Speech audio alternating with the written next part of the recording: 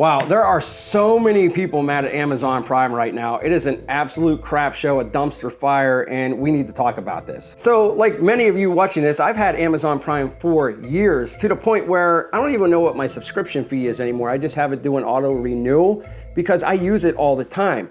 A lot of people don't like Amazon, but I'm not one of those people. I don't want to fight the big crowds or the traffic. I don't want to deal with the Black Friday rushes at the local stores. I want to be able to hit the button and have my packages be delivered to me in the comfort of my home. So when Amazon Prime first started out, it was around $50 and then it jacked up to around $100 some, but I was fine with it because of the free shipping and I got my packages pretty quick. Well, into this year. So there's a couple issues that I want to talk about when it comes to the Amazon Prime fiasco that we got going on right now. And then I want to talk about a couple of the reasons why Amazon can get away with all of this and there's nothing we can really do about it. All right, so let's get into this. There's two facets of the Amazon Prime that I really subscribe for: the movies, the TV shows, and all that good stuff. So the streaming service, and then you have the delivery side of things. Let me just talk about the streaming portion of it real quick, and then we'll get into the delivery and issues we're having there. So I'm just gonna say it straight out, I'm not gonna sugarcoat it. Amazon streaming services absolutely suck.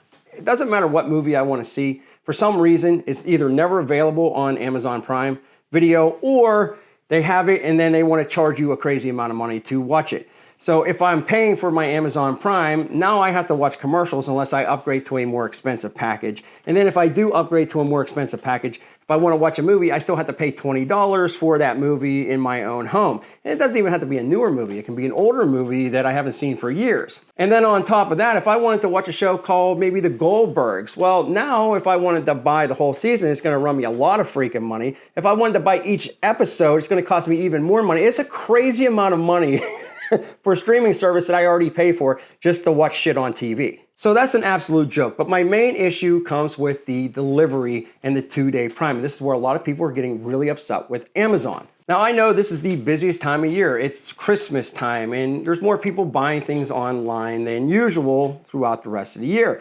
However, this is why I sign up for Amazon Prime. It's for these type of situations where I don't want to go to the mall or the store, so I can just get it delivered, as we talked about. Well, what's happening now in 2025 is that there's certain items, well, a lot of items, that are taking up to 10 to 14 days just to be delivered to your home. And this is stuff from larger TVs. We're getting a bathroom remodel done, and there was a fixture that I really liked on Amazon. It's going to take up to 2 weeks for it to be delivered, which is now holding up the construction process. And a lot of you might say, well, it is busy, right? But that's not the point. The point is I'm paying for Amazon Prime with a lot of you to get these deliveries much, much quicker. And I know some of you might say, well, there's just more Prime members, so now it's gonna run into longer times because everybody's using it. Maybe, but I don't think that's just the case. You see, Amazon constantly has issues with either UPS or USPS, which I believe they're having right now.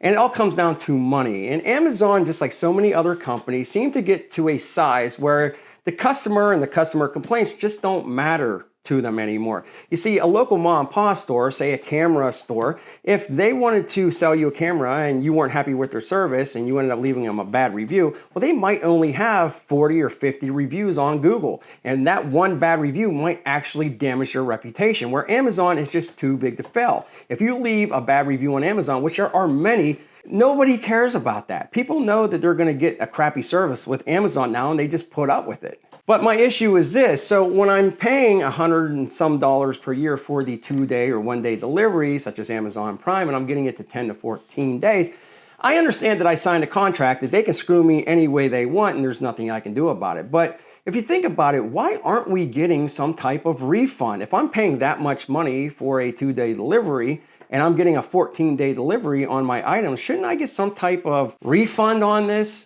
You know, I am paying for the 2-day delivery. So you would just think, as a larger company, they would do something for their customers, customer service, and offer them maybe some money off of their next Amazon Prime bill. But they won't do that because they don't have to. Why don't they have to? Because we as consumers constantly allow these companies to do this to us. And because of out of convenience, even though it might take 10 to 14 days to get this package shipped to our house, it's still sometimes better than going to the local store, which now comes the other part of my rant. You see, I'm the kind of person that when I go to buy something, especially something that costs a little bit more money, such as a TV, I want to see that TV. I don't mind going into the Best Buy and looking at a giant LED or whatever type of screen they have nowadays. I want to touch it, I want to feel it, I want to see it, I want to smell it. Amazon, you can't do that. So that's a benefit of a lot of these brick and mortar stores. But however, the brick and mortar stores are the ones that let Amazon really get away with this stuff. You see, I hear a lot of people complaining that Amazon's putting out a lot of these brick and mortar stores, whether it's Target or Walmart or whatever, but they don't really do anything to combat this issue. For example, the bathroom remodel that I'm having done right now, I can't find any cool fixtures in any of the stores next to me. Now, I live in Youngstown. I don't live in New York or LA or Chicago, where a lot of you might have these fancy high-end stores that you can go in and just buy whatever you want. But Youngstown, Ohio, Shipville, USA, we don't have any of that. So the Amazon sellers, a lot of them do sell those nicer faucets or fixtures that I just can't find at the local Home Depot or Lowe's or Walmart or whatever.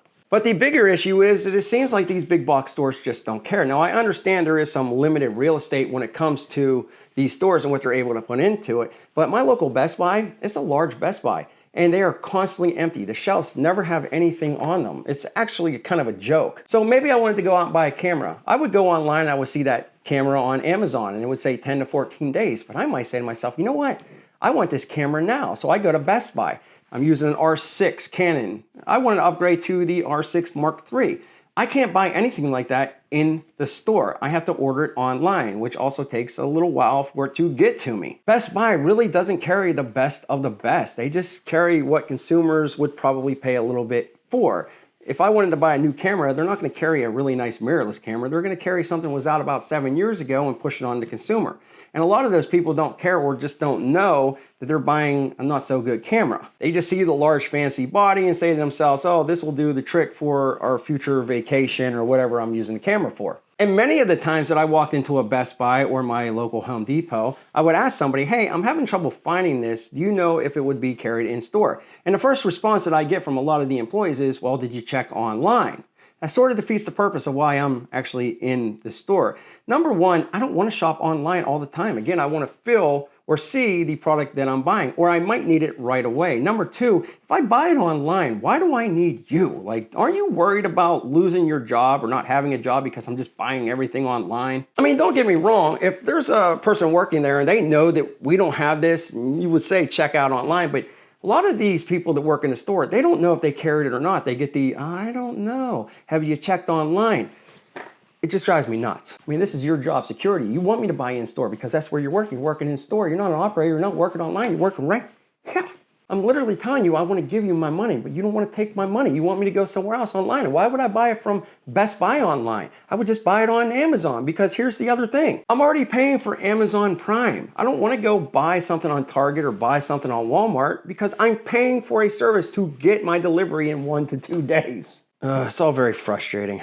It's very strange because, like I said, it just seems that Amazon has gotten to the point where it's so big that it doesn't really care if the customer's upset or not, because they're always going to be around. And then the local stores, they just don't care. And when I say local, I mean the Best Buy, the Targets, and the Walmarts and stuff. Like they don't care about competing with Amazon, it seems. It's like, take what we got, and if you don't like it, leave. And then half the time you do buy something like a TV and they treat you like a criminal when you're walking out of the store. God forbid you drop your receipt, and then that's a whole thing. But I guess the question is, when are we going to take a stand to all this bullshit? I mean, we are paying for Prime delivery for the 1 to 2 day shipping. And I understand sometimes things go 3 to 4 days. If there's a storm or tornado or, I don't know, a hurricane going on down south, they can't get it to me. I get all that. But this is a consistent issue with a lot of the shipments in 2025. And that's why so many people are pissed off about not getting their shipments in 2 to 3 days.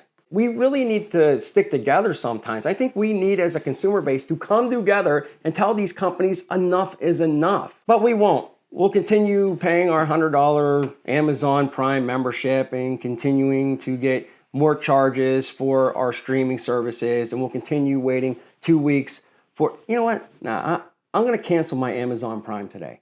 And that's how if I have to go out and fight the traffic, or if I have to go and order from Walmart or Target or any other one of these stores, regardless of how you feel about them, because a lot of these stores are scumbags. But at least it sends somewhat of a message to Amazon that I am no longer going to be taken advantage of anymore. I'm paying you for a service and you're not providing that service. And I'm tired of it. So let me know what you think in the comments section below. I know a lot of you people are dealing with the exact same thing that I'm dealing with. And if you are paying for something, you should at least get what you're paying for, or at least they should try, or say, I'm sorry that we screwed this up. Love hearing that sweet feedback in the comment section below. Check out this video if you want another rant. Back more videos soon.